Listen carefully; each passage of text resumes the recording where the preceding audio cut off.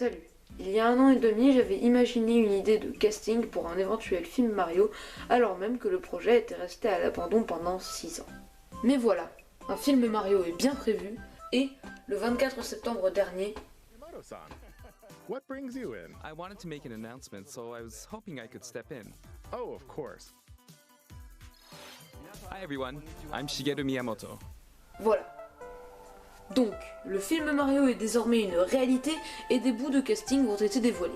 Donc essayons de déterminer si j'ai eu raison sur certains points. Avant de commencer, j'aimerais mettre en place quelques petites règles. Pour commencer, je ne parlerai que des personnages dont j'ai parlé dans la première vidéo, à savoir ni Kamek, ni Cranky Kong, ni Spike, qui d'ailleurs n'est pas le Spike auquel vous pensez. Faites quelques recherches sur internet et vous découvrirez la vérité. Ensuite, ne me dites pas que je me suis trompée parce que tel personnage n'a pas été annoncé, car étant donné qu'il n'a pas été annoncé, donc, on ne peut pas savoir qui le jouera.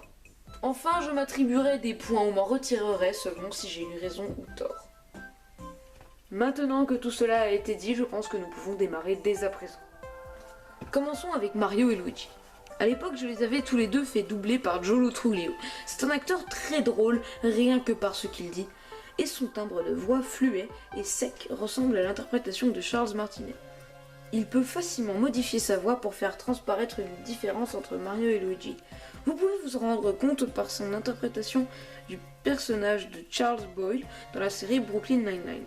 Sa voix est fluette donc, mais grave en même temps, et il conviendrait donc parfaitement pour les rôles de Mario et Luigi. Mais d'après Nintendo, c'est Chris Pratt qui va jouer le rôle de Mario. Un choix qui a, disons, surpris les gens. Mais en y repensant, ce n'est pas un mauvais cast. Laissez-moi vous expliquer.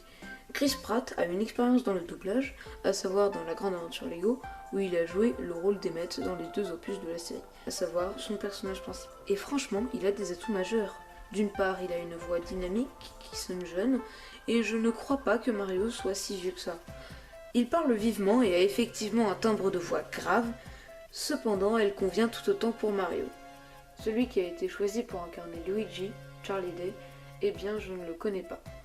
Et il serait pour moi injuste de le juger après qu'il ait été choisi. Voilà donc nos Mario Brothers castés. Passons maintenant à Peach. A la base, pour interpréter la voix de la princesse champignon, j'avais imaginé Alison Brie dans le rôle. Elle a une voix très aiguë, mélodieuse et même agréable par moments, ses mots mâchés mais intelligibles quand même. Elle est également très forte et est très proche de la voix de Janie Elias, la voix originelle de Peach. Elle peut être douce comme Claire et colle parfaitement avec le personnage. Vous pouvez la retrouver dans la série Community où elle joue le personnage de Annie Edison. Regardez-la et vous vous en rendrez compte par vous-même. Je trouve que le choix d'Anya Taylor-Joy pour la jouer n'est pas très judicieux, l'actrice n'ayant été évidemment choisie qu'à cause de ses succès récents. Sa voix est froide, classique, et elle n'a aucun répertoire émotionnel, son timbre étant trop pincé et pas assez chaleureux. Elle n'a aucune expérience dans le doublage, atout qu'Alison Brie avait, elle, avec la série d'animation BoJack Horseman. Mais bon, je ne suis pas directeur de casting, et visiblement les cadres de Nintendo non plus. Donc qui suis-je pour juger? Passons à Toad. Dans le film, je pense qu'il fera sûrement office de comic relief, tout comme beaucoup d'autres personnages également, avec Aaron Horvat et Michael Jelenic, les créateurs de Teen Titans Go, en tant que réalisateurs du film. C'est pourquoi j'ai mis, en toute conscience et totalement à contre-pied vocalement parlant, Seth Rogen. Rogen a déjà toute une vie passée à jouer dans des rôles de comic relief. C'est donc pour ça que je l'avais choisi. Vous pouvez le retrouver dans des films humoristiques, donc, comme Paul, où il joue Paul, un extraterrestre. Ce qui, lui aussi, lui ajoute le bonus expérience dans le doublage. Nintendo était donc dans le même état d'esprit que moi quand ils ont casté Keegan-Michael Key dans le rôle, à ceci près que la voix de Keegan-Michael Key donc ressemble un peu plus à celle de Toad que celle de Rogen.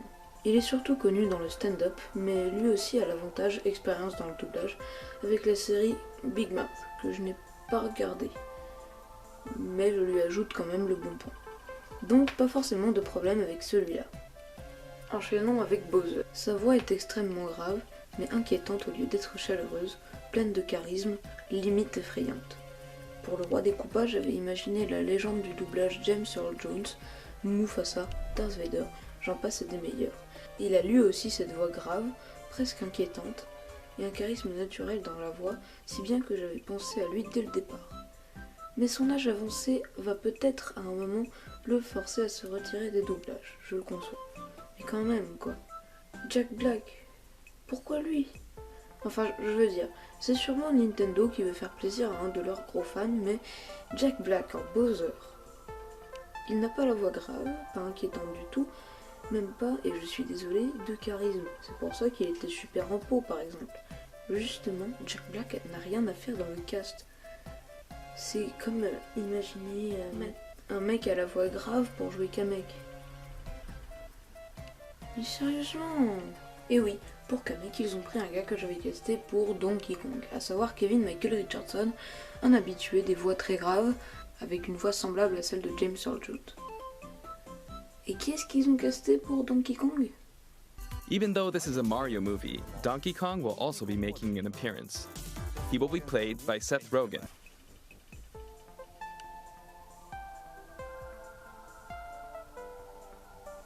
Bon, j'imagine que ça nous fait donc un bon point parce que Kevin Michael Richardson est présent, Seth Rogen est présent, et Fred Armisen que j'avais mis pour Cappy va donc jouer Cranky Kong, qui n'est pas un choix si mauvais. Bon.